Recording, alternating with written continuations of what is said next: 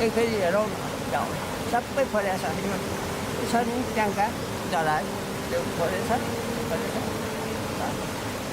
Okay.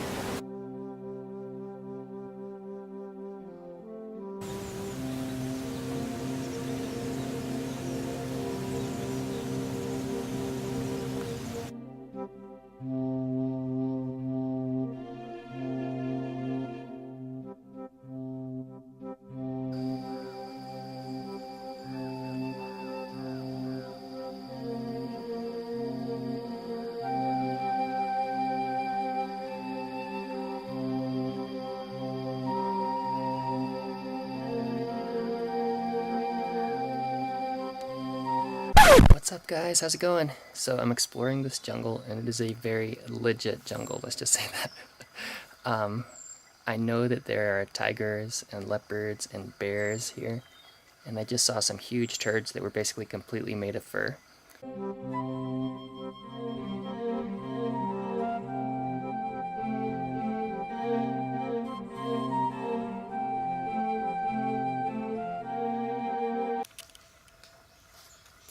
So as I was walking, I recalled a sweet, trippy, mystical dream that I had a little bit ago where God was basically showing me what I was going to be doing without me knowing it.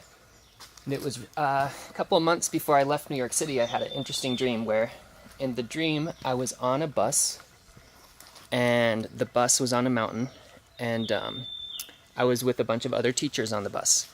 And then at one point I got off of the bus and I looked to the edge of the cliff, and then I started to fall off the cliff. And as I was falling, I was like sliding, freaking out because I didn't know where I was gonna end up. And then I stopped on like this tall cliff that was kind of sticking out from the rest of the mountain. And I was like, okay, my feet are on something solid. I'm gonna be okay. Then that crumbled and I continued to slide down the hill. Eventually, I slid and I stopped at this like foresty place where there was a family of heavy metal dwarves that found me and took me in. And so I knew that the dream was symbolic, but I didn't know exactly what it means. And so God does speak to us in our dreams. A lot of our society doesn't believe that or dismisses it, but dreams are important. I think that throughout human civilization and human history, people have acknowledged the importance of dreams. So let's look at the symbolism in that dream. Transportation, or like vehicles, are often symbolic of your calling or your ministry, basically. So first, I was on the bus with a bunch of teachers, and that was describing where I was, because I was a teacher. And as the bus was going, I decided it was time to step off and kind of look over the cliff and see what else there was. So I stepped off from that calling of being a teacher. As I look over the cliff, I start to fall. So I recently stepped away from my teaching position, and I didn't know what I was going to do, and I felt like I was just sort of stepping out there. As I started to fall down the cliff, then I stopped on that one cliff like halfway down the mountain.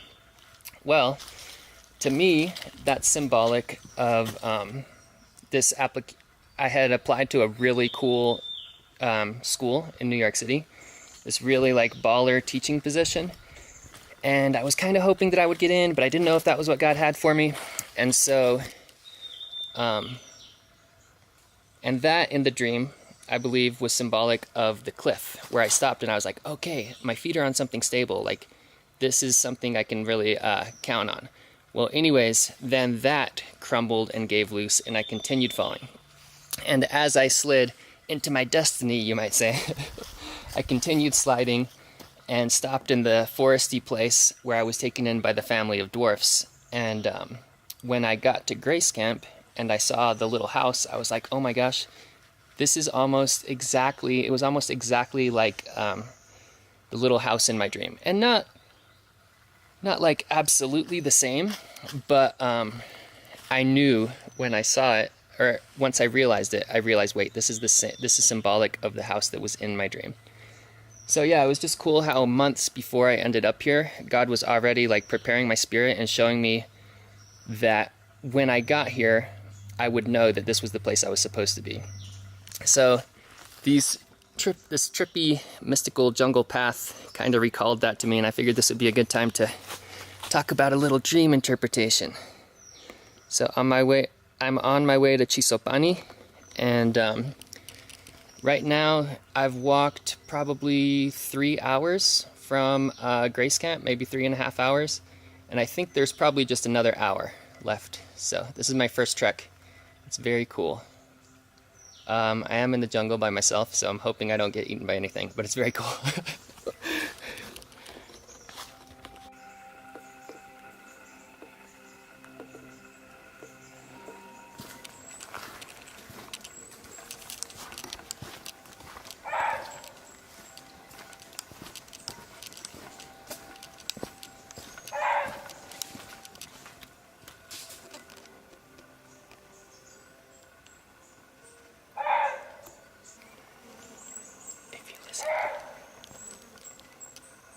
It might be a monkey, or a barking deer,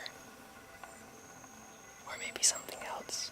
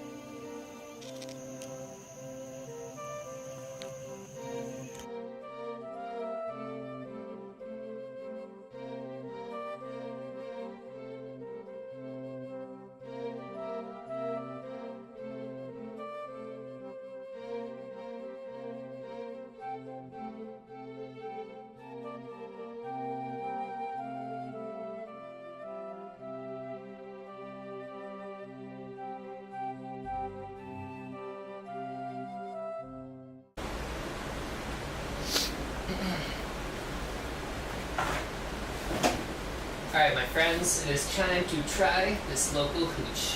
This is Nepali rice wine, and it cost about 43 cents, 46 cents maybe.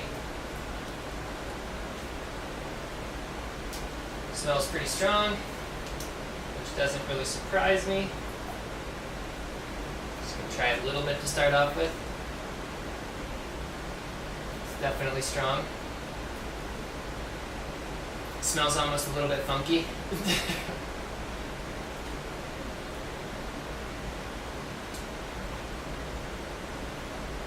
It's not bad though, and it's not as strong as I thought it would be.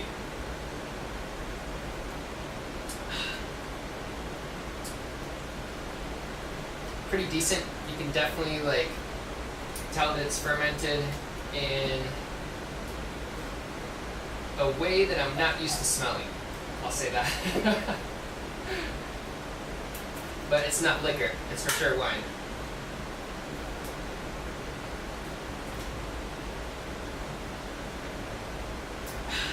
This one is for Anthony Bourdain, R.I.P. buddy.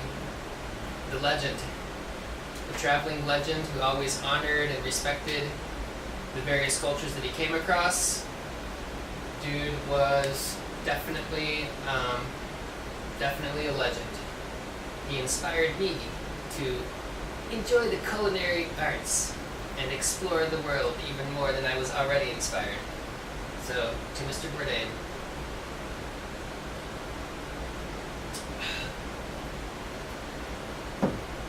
Successful experiment.